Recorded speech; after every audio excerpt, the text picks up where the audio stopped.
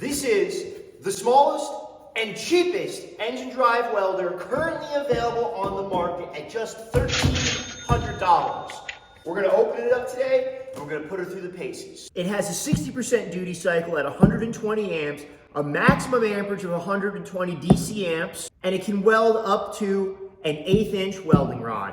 It also has 2 power outlets, it has a 7 horsepower inverter motor. Let's open this bad boy up.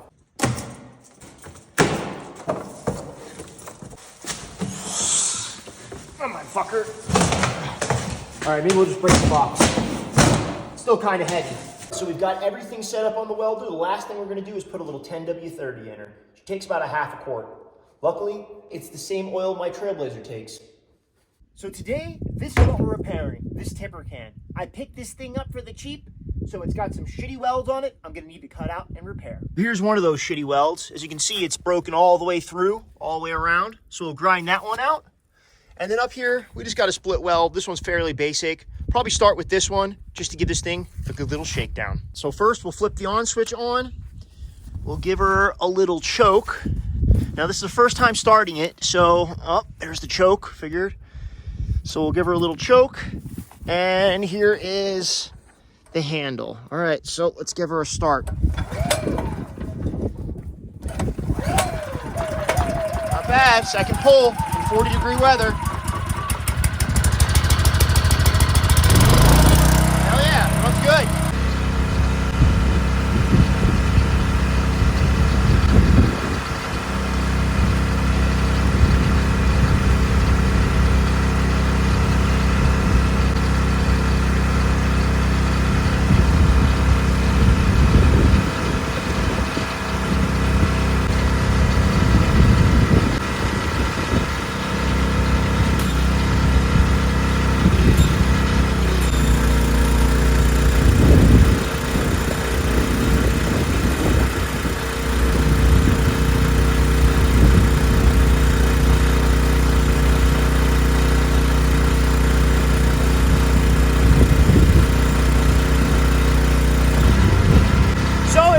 But we don't have power to the 120.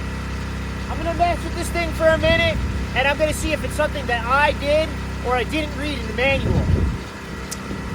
So it did lay down a decent little weld. I didn't prep this, I just shoved the rod in there, which many of you might do if you're a farmer or a construction guy and you're just looking to get her done.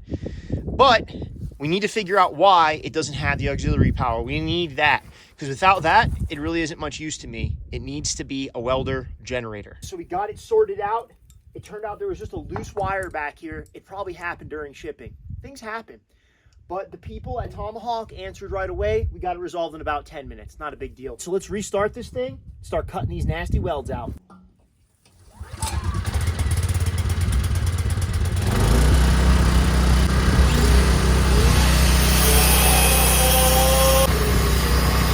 So it looks like it was never welded. Very odd. But anyway, we're gonna push some 60-10 into it, and then we'll push some 70-18 to cap that off.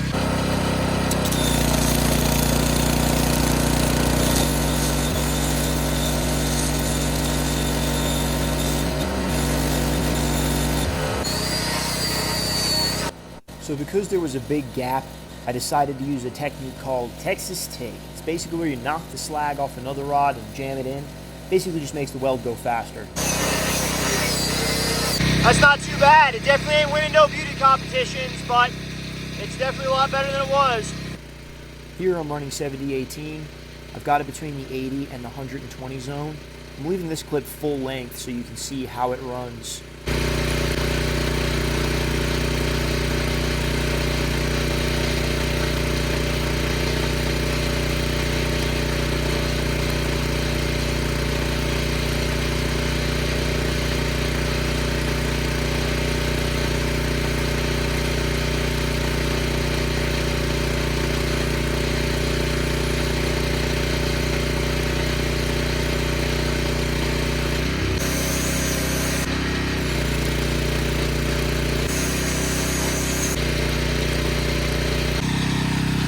Oh shit, we got a bit of a peeler.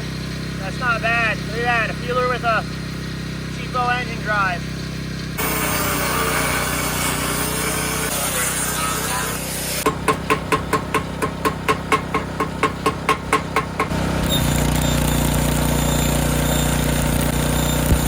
I noticed about this machine is it makes a really peculiar noise while you're welding. I've never heard a welder make that noise.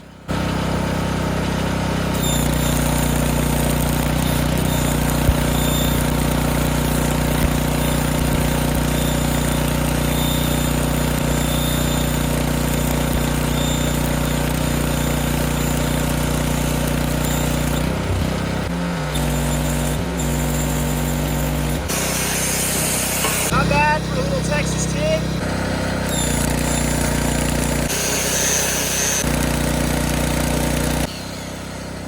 Not too bad, not perfect, but it's a dumpster. You don't want to use Texas TIG on anything that's critical or structural. For something like this, a personal project, a dumpster, it's perfectly fine. Other places it's applicable or something like a dump truck bed, the inside of a dumpster can, things like that, things that don't matter.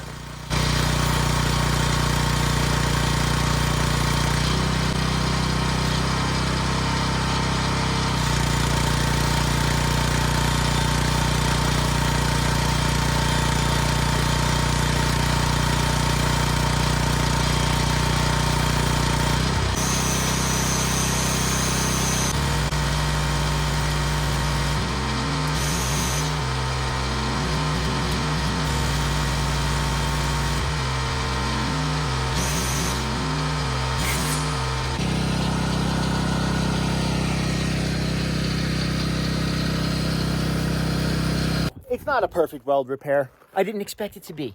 I didn't give a fuck, honestly. I wanted a down and dirty weld repair so this tipper can wouldn't come apart. It wouldn't unlatch itself, which clearly it's not fucking going to. So who cares? As far as the welder goes, as far as the engine drive goes, I think this is a great value. 1,300 bucks? Shit, you can't even buy a used engine drive for that cost.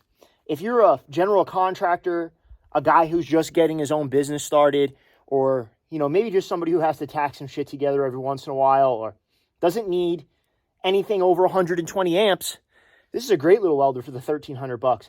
And look at the size of the damn thing. It's the same length as my forearm. I would venture to say this is 24 inches by 18 inches by 24 tall. Thing's fucking tiny. It weighs 100 pounds. You can lift this thing up with ease. It's not like that monster I got on the back of my truck right there. You know, that thing's probably 500-600 pounds. So this is a very versatile little machine. The downsides are you don't have a lot of control over the amperage. You only have your 40 to 80 setting or your 80 to 120 setting. You can switch this to DCEN, obviously, by just switching the leads here.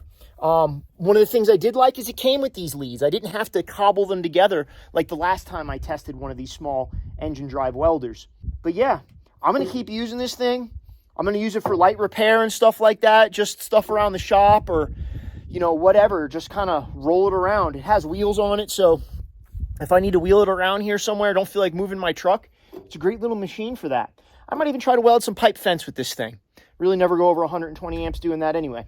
But anyway, guys, I'm Melt Metal Anthony. If you like what you saw here today, if you like the Tomahawk welder, go check them out. The link is in the description below. If you liked the video, like, subscribe, share, do the whole 9 for your boy. If you really liked it, head over to meltonmetal.com. Get a hat, get a t-shirt, do what you can for your boy. And if you didn't like the video, go fuck yourself.